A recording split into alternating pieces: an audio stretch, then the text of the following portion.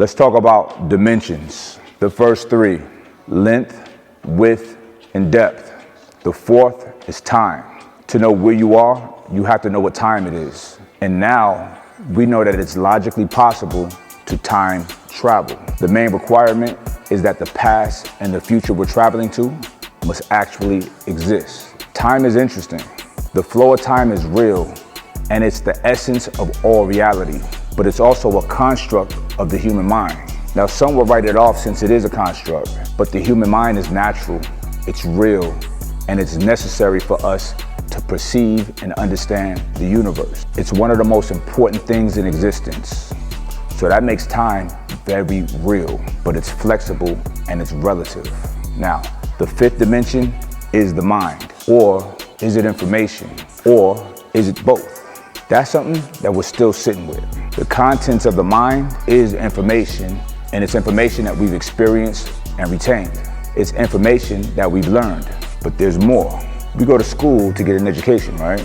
The root word for education is educe. Educe is a Latin word that means to bring out what's already within. So an education is really just accessing data. The story of creation is inside of you and me. If you uncoil DNA from one cell in the human body, it stretches 6 feet. If you uncoil all of the DNA in our bodies, it can wrap around the moon 150,000 times. That's a lot of information. It's genetic instructions for the development and life of the organism that it's in. Your DNA contains information from your parents, grandparents, great-grands, and so on and so forth. Now let me put this in perspective.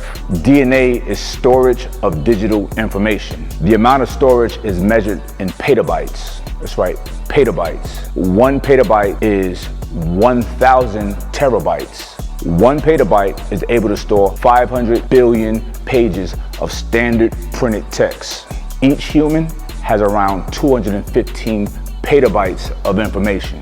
That means each person has the equivalent to 107,500,000,000,000 pages of standard text worth of digital information in our bodies.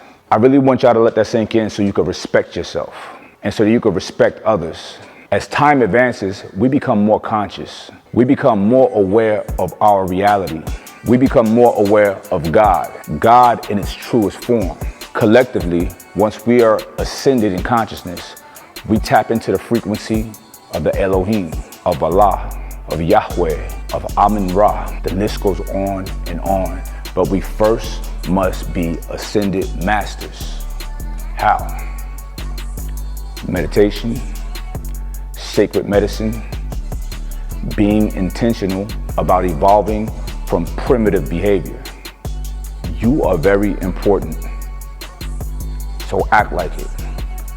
Everyone that you encounter is very important, so treat them as such.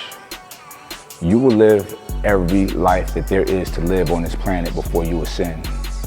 We all will. That means you will be me and I'll be you. So it's in your best interest to treat everyone that you meet with respect, with kindness, with love, and with patience, because that's what you would want for yourself.